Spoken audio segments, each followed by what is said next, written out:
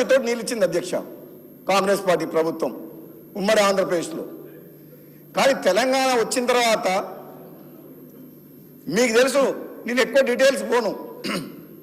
ఎందుకు డీటెయిల్స్ పోనంటే గత 2.5 సంవత్సరాల నుంచి ఈ అసెంబ్లీ వేదికగా బయట ప్రాజెక్టుల పేరు మీద రీడిజైన్ పేరు మీద లక్షల కోట్ల అప్పు చేసి అనవసరంగా ఈ రాష్ట్రాన్ని అప్పుల పాలు ఏ విధంగా చేసిండ్రో గతంలో పరిపాలించిన బీఆర్ఎస్ పార్టీ కేసీఆర్ ప్రభుత్వం మనందరం కూడా విన్నాం, 100 సార్లు 1000 సార్లు చర్చించుకున్నాం. అందుకని నేను ప్రత్యేకంగా ఈసారి దాని గురించి ఎక్కువ డీటెయిల్స్గా పోను అధ్యక్ష. ఎందుకంటే సేమ్ సబ్జెక్టు ముఖ్యమంత్రి గారు, మన ఇరిగేషన్ మినిస్టర్ గారు ఉత్తమ్ కుమార్ రెడ్డి గారు ఎన్నో సందర్భాల్లో వాళ్ళు చేసిన నిర్వాహకం ఏంది,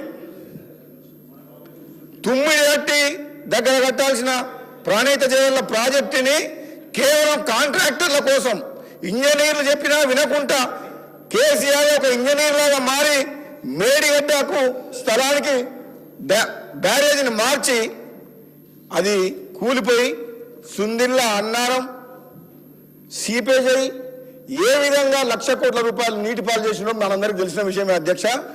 అందులో డీటెయిల్గా పోను. వాళ్ళు తీసుకున్న నిర్ణయాల వల్ల ఇదే రాష్ట్రమే అప్పుల పాలైంది అధ్యక్ష. కానీ నేనేమంటున్నా, ఈ 1,87,000 కోట్ల రూపాయలు 10 ఏళ్లలో ఖర్చు పెట్టి మనకేమన్నా సాగునీరు ఇచ్చిండ్రా? పోనీ పాలమూరు రంగారెడ్డి కాళేశ్వరము ఇంకో ప్రాజెక్ట్ ద్వారా అంటే 1 ఎకరానికి సాగునీరు అందలేదు అధ్యక్ష. మీకు ఒక ప్రత్యేకంగా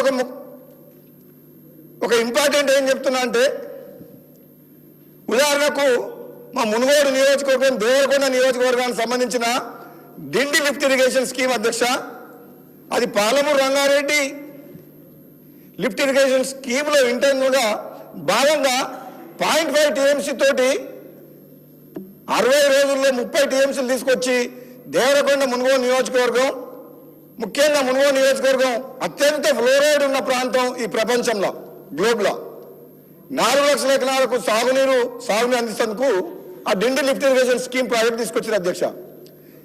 కేసీఆర్ హడావుడిగా వచ్చి మా మునుగోడులో శివనగూడెం రిజర్వాయర్కు 10 సంవత్సరాల ముందే కూర్చొని 2 సంవత్సరాలు కంప్లీట్ చేస్తా అని చెప్పింది అధ్యక్ష.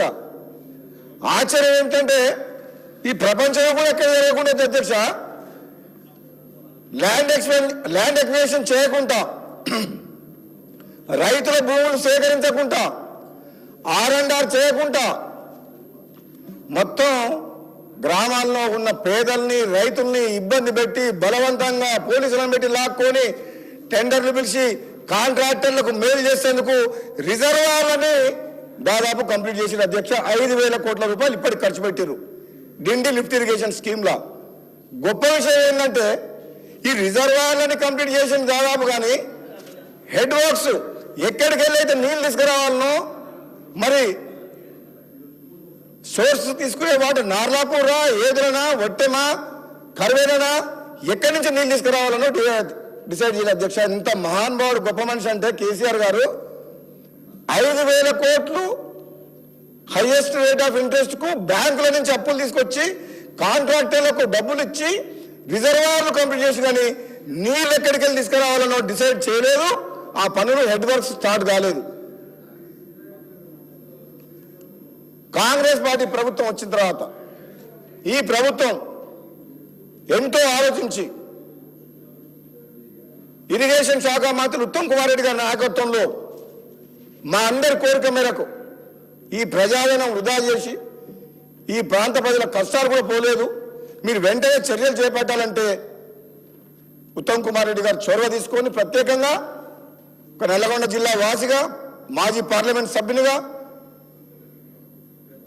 జిల్లా మంత్రిగా, ఇరిగేషన్ శాఖ మంత్రులుగా పట్టుబట్టి క్యాబినెట్ మీటింగ్లో ఒక 6-7 గంటల పాటు డిస్కస్ చేసి ఏదో నుంచి వాటర్ టన్నల్ ద్వారా 16 కిలోమీటర్ టన్నల్ ద్వారా తీసుకొచ్చి దాదాపు 4 లక్షల ఎకరాలకు ఆయకట్టుకు నీరు అందించాలని చెప్పి ప్రయత్నం మొదలుపెట్టిన అధ్యక్ష. మీ ద్వారా ముఖ్యమంత్రి గారిని, ఉత్తమ్ కుమార్ రెడ్డి గారిని, అలాగే ఆర్థిక శాఖ మంత్రి బట్టి విక్రమార్క గారిని ప్రత్యేకంగా నేను ఒక విజ్ఞప్తి చేస్తున్నా అధ్యక్ష. రిజర్వాయర్లు భూములు సాక్రిఫైస్ చేసిన రైతులు రిజర్వాయర్లు కంప్లీట్ అయినాయి కానీ కాలువ పనులు కాలేదు, హెడ్ వర్క్ స్టార్ట్ కాలేదు, కెనాల్స్ తోమలేదు. రిజర్వాయర్ కంప్లీట్ చేస్తే పొలాలకు నీళ్ళు ఎట్లు వస్తాయి అధ్యక్ష? కాలువలు తవ్వాలి, డిస్ట్రిబ్యూటర్ తవ్వాలి, హెడ్ వర్క్స్ కంప్లీట్ కావాలి. కానీ ఈ రోజు వరకు కూడా నత్తనడక నడుస్తుంది అధ్యక్ష పనులు. కాంట్రాక్టర్లు బిల్లులు లేవని చెప్పి ఎప్పుడు అడిగినా పనులన్నీ ఆపేసారు అధ్యక్ష. ప్రస్తుతానికి డిండి లిఫ్ట్ ఇరిగేషన్ స్కీమ్ వర్క్స్ మొత్తం ఆగిపోయినాయి అధ్యక్ష. చెప్తా, నాకేం భయం లేదు. అధ్యక్ష ఏమంటారు అంటే, నేను అధికార పార్టీ ఎమ్మెల్యేకి ఒక మాట చెప్తున్నా బాధతోటి అధ్యక్ష. కేవలం మంత్రుల నియోజకవర్గంలో, ముఖ్యమంత్రి నియోజకవర్గంలో కాంట్రాక్టర్లు పనిచేస్తున్నారు, వాళ్ళు బిల్లులు వస్తున్నాయి. కానీ ఎమ్మెల్యేల నియోజకవర్గంలో మాత్రం బిల్లులు రావడం లేదు అధ్యక్ష. ఇది ఎందుకు? ఎమ్మెల్యే లేకుంటే ముఖ్యమంత్రి మంత్రి ఉన్నారు అధ్యక్ష. ఈ ప్రభుత్వం ఉందా? ఈ ఎమ్మెల్యేలు అందరూ కలిస్తేనే ప్రభుత్వం గవర్నమెంట్ ఫామ్ అయింది. గవర్నమెంట్ ఫామ్ అయితేనే ముఖ్యమంత్రి మంత్రులు. మంత్రుల చుట్టూ అడుక్కోవాల్సిన పరిస్థితి, ముఖ్యమంత్రి దగ్గర బిల్లు కోసం పోవాల్సిన పరిస్థితి ఏంటి అధ్యక్ష?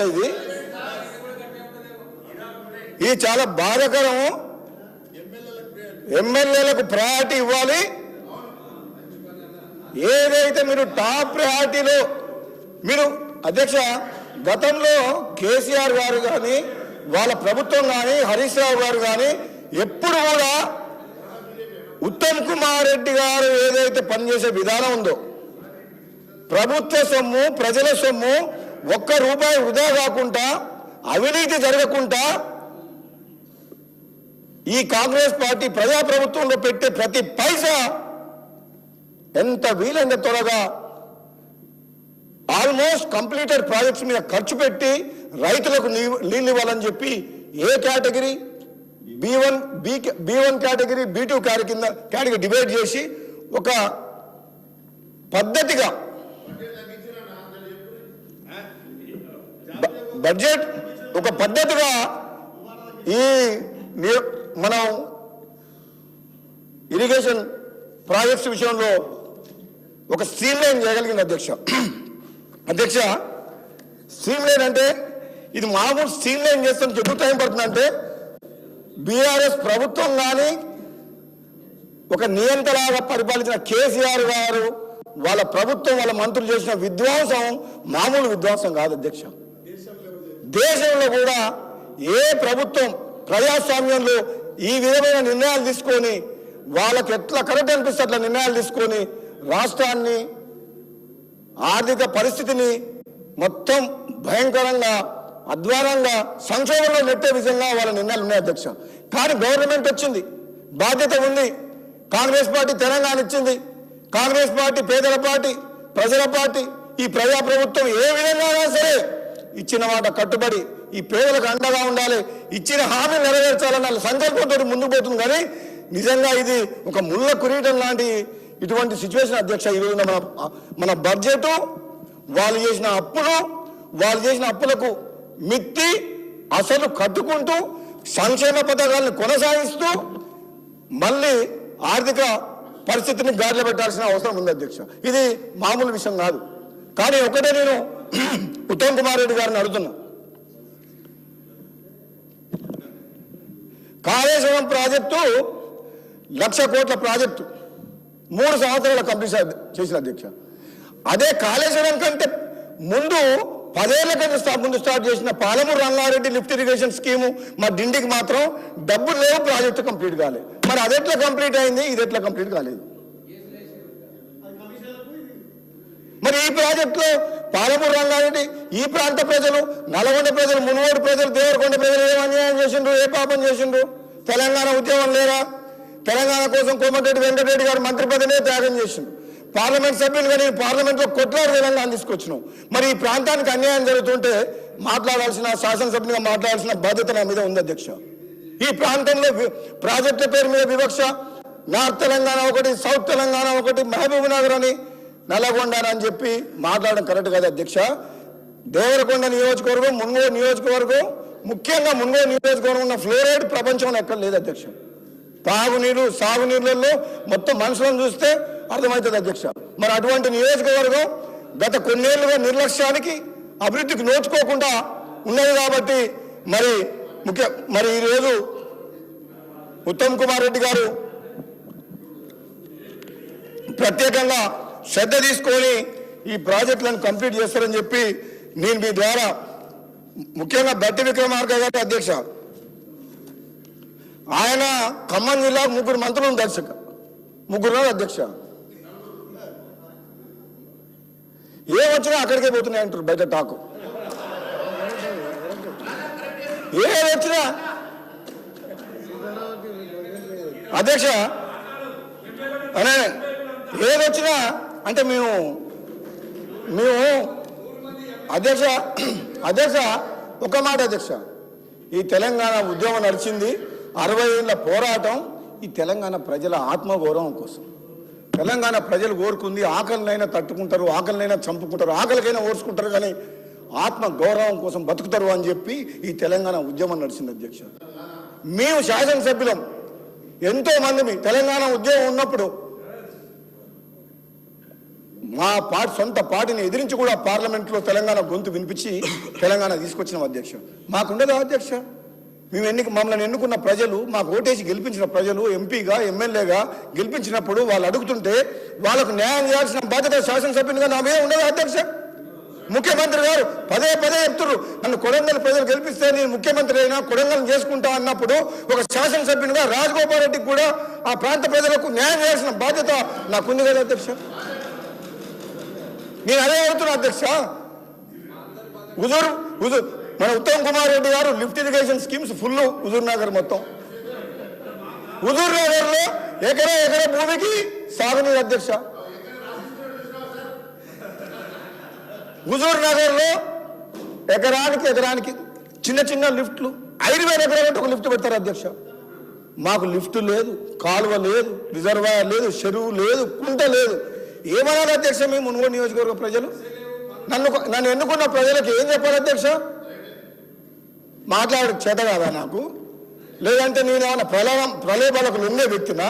ఎవరన్నా బెదిరిస్తే భయపడే వ్యక్తినా?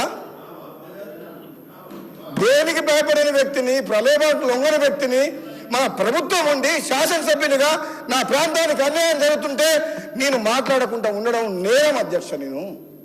ఒకవేళ నేను ఆ ప్రాంత ప్రజలకు న్యాయం చేయలేనప్పుడు ఈ పదవిలో ఉండడం కూడా ఉండడానికి అనర్హం అధ్యక్ష. నేను 2.5 సంవత్సరాలు అయింది అధ్యక్ష. ఇది ఒక్కరోజు కాదు, 2.5 సంవత్సరాలు అయింది అధ్యక్ష. 2.5 సంవత్సరాలతోటి 2.5 సంవత్సరాల నుంచి బాధపడుతూ మనోరంజన చెందుతూ ఈరోజు అవకాశం వచ్చినప్పుడు మాట్లాడుతున్నా. ఇప్పటికైనా ప్రభుత్వం, ఉత్తమ్ కుమార్ రెడ్డి గారు ప్రభుత్వం చేసే విషయంలో మంచి పనులు చేసి ప్రభుత్వం చేసే విషయంలో మేము మా బట్టి గారు మిమ్మల్ని మెచ్చుకుంటున్నాం. మీకు తొందర మీరేం మాకు ఒకటే అధ్యక్ష, राजगोपाल रेड्डी साहब తెలంగాణ ప్రభుత్వం राजगोपाल रेड्डी साहब 1 मिनट में कंप्लीट करिए. ఒకటి అయిపోగా ఆర్ఎన్బి సబ్జెక్టు. తెలంగాణ ప్రభుత్వం ఇది ప్రజా ప్రభుత్వం. గౌరవ ముఖ్యమంత్రి రేవంత్ రెడ్డి గారి నాయకత్వంలో, బట్టి విక్రమార్క గారి నాయకత్వంలో ప్రాంతాల మీద, నియోజకవర్గాల మీద వివక్ష చూపకండి. అందరిని సమానంగా చూడండి. అందరూ మీ పిల్లలు అనుకోండి, మీ తమ్ముళ్ళు అనుకోండి, వాళ్ళు కూడా తెలంగాణ ప్రజలే అనుకోని అన్ని నియోజకవర్గాల వాళ్ళ మీద శ్రద్ధ పెట్టి ప్రయారిటీ బేసిస్లో ఇంపార్టెన్స్ చూసి ఎక్కడైతే కరువు ఉందో, పీడిత ఉందో అక్కడ మీరు కాన్సన్ట్రేట్ చేసి అభివృద్ధికి నిధులు ఇచ్చి పనులు ఆగకుండా చేయమని చెప్పి మీ ద్వారా ప్రభుత్వాన్ని కోరుతున్నా అధ్యక్ష. లాస్ట్ అధ్యక్షగా అన్నిటికంటే నాకేం అవసరం లేదు అధ్యక్ష. లేదు పద్రమింది అధ్యక్ష. బ్రహ్మాండంగా ఈ ప్రభుత్వం గత ప్రభుత్వం కంటే 1000 రెట్లు పారదర్శకంగా నిజాయితీగా పనిచేస్తుంది అధ్యక్ష. అందులో ఎటువంటి అనుమానం లేదు. కాంగ్రెస్ పార్టీ ప్రభుత్వం వచ్చిన తర్వాత రాష్ట్రంలో ఆర్థిక క్రమశిక్షణ కానీ నిర్ణయాలు కానీ లేదు. ఇంకా కరెక్ట్ చెప్పిన సోదరుడు వెంకటరెడ్డి గారు చెప్పడం ఆయన బ్రాహ్మణ వెల్లంలో ఉదయ సముద్రం ప్రాజెక్టు ఆ రోజు వైఎస్ రాజశేఖర రెడ్డి గారిని ఒప్పించి నాకు మంత్రి పదవి లేకున్నా పర్వాలేదు ఉదయ సముద్రం ప్రాజెక్టు ఇచ్చి నల్గొండ, మునుగోడు, నకరికల్ నియోజకవర్గాలకు 1,00,000 ఎకరాలకు సాగునీరు కావాలని 714 కోట్లతోటి ఉదయ సముద్రం ప్రాజెక్టు ఆనాడు వైఎస్ రాజశేఖర రెడ్డి గారితో శాంక్షన్ చేసిన అధ్యక్ష. 2004 to 14 రాజశేఖర రెడ్డి గారు చనిపోయిన తర్వాత కూడా ఉద్యమ సమయంలో కూడా 90% వర్క్ కంప్లీట్ చేసిన అధ్యక్ష కాంగ్రెస్ పార్టీ ప్రభుత్వం. కానీ 2014 నుంచి 24 వరకు ఉన్న టీఆర్ఎస్ ప్రభుత్వము 10% వర్క్ కంప్లీట్ చేయకపోవడం వల్ల మొన్న మన కాంగ్రెస్ పార్టీ వచ్చిన తర్వాత రిజర్వాయర్లకు ముఖ్యమంత్రి గారి చేతుల మీదుగా సోదరుడు వెంకటరెడ్డి గారు, మన ఇరిగేషన్ మంత్రి గారు సోదరులు ఉత్తమ్ కుమార్ రెడ్డి గారు, భట్టి గారు అందరూ వచ్చి ఆ రిజర్వాయర్ నింపారు అధ్యక్ష. మీ ద్వారా మీకు కోరుకునేది